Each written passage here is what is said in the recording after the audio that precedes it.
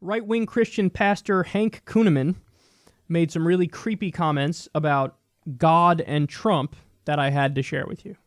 If President Trump, God spoke to me about him. I said, tell me about him.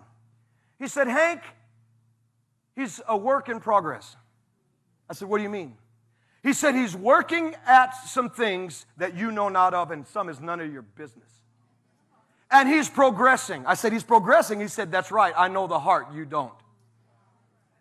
God is trying to put things in order. And can I tell you something? This you may not like. I cried out to God. I said, God, how long is this going to last? He said, it's going to last through the rest of this term.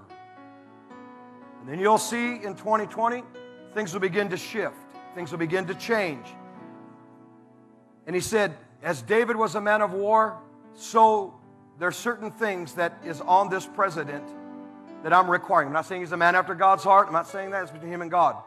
But I'm saying David was a man of war, and David was always at war.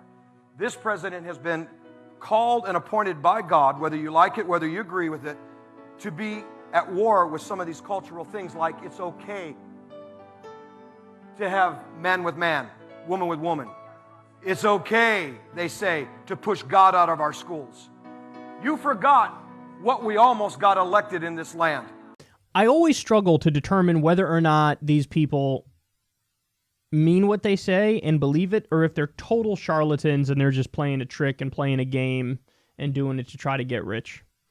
It's hard to figure out. I think you have to go on a case-by-case basis with these people, but look at some of the arguments he made there. It's always so mighty convenient because they say stuff like, well, God spoke to me about Trump, and it turns out God tells me he totally agrees with my politics. I mean, that's... Anybody could play that game, man. What a stupid trick. Oh, yeah. I spoke to God, and God told me he wants Medicare for all, and he wants to end the wars. Which, by the way, if we're talking about Jesus, your God, well, most of that New Testament is all hippy-dippy, lovey-dovey stuff, so he probably would want to end the wars, and he probably would want Medicare for all.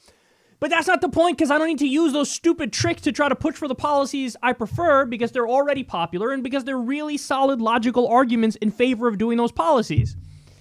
But these guys, it's like, what a massive shortcut in their arguments in the political sphere. It's just like, oh, so I spoke to God, and it turns out God says, I'm awesome, Trump is awesome, and everything that we want to implement is what should be implemented, and everything that the other side wants to implement, it's like the devil that's behind that stuff. So yeah, we should do what I want to do. It's so lazy, and it's so disingenuous, and it's so smug. And do you really believe it? I mean, if you really believe it, it's almost scary because it's borderline paranoid schizophrenia. I spoke to God. He was mimicking like he had a conversation with God. Dude, you're a dude. You understand that? You know what you do? You fucking watch football on Sundays. That's what you do. You wake up, you take a shit, you fucking eat breakfast. You're a normal dude. You're a normal dude. So I was talking to God. I was just having a casual conversation. What the fuck is wrong with you having a conversation? So you're speaking to somebody who's not there? Is that what you're doing? A wizard in space? That's what you're doing. Jigglypuff in space is who you're talking to. And then the scariest part is, oh, just like David's a man of war for God, Trump is a man of war for God. Trump is a man of war for God. That sounds dangerously close to Allahu Akbar. I will wage a war for God. We can have a term for that and call it, say, a jihad.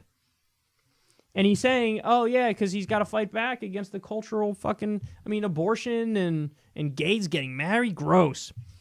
Unbelievable, man. Well, just take the abortion issue, which he goes on in that clip to give in more detail. You didn't see it there, but he does go on and talk about Hillary Clinton and abortion. The Bible's not even against abortion. There's a part of the Bible where they talk about how if your wife cheats on you, she needs to drink bitter water, and that'll make her miscarry, which is an abortion. And so the Bible is prescribing that you get an abortion. Your wife gets an abortion if she cheats on you. So they don't even know their own Bible, but they make these arguments like, I know what God wants, and God's so pro-life that he was for the Iraq war, he's against universal health care, but he's against abortion. It's so stupid. I would expect at least some like consistency from this crowd, but there's no consistency, and their only argument is, hey, I might be a paranoid schizophrenic, and I was hearing voices in my head. And you expect people to take you seriously and be like, oh yeah, let's listen to this guy. He sounds like he's nailing it. Dude, the year's not 1957 anymore. You know, we have the internet. People are reading different sources and trying to think more for themselves, and you're out there still doing the old shtick of like, God was talking to me, seriously, I mean it, totally. Just go away.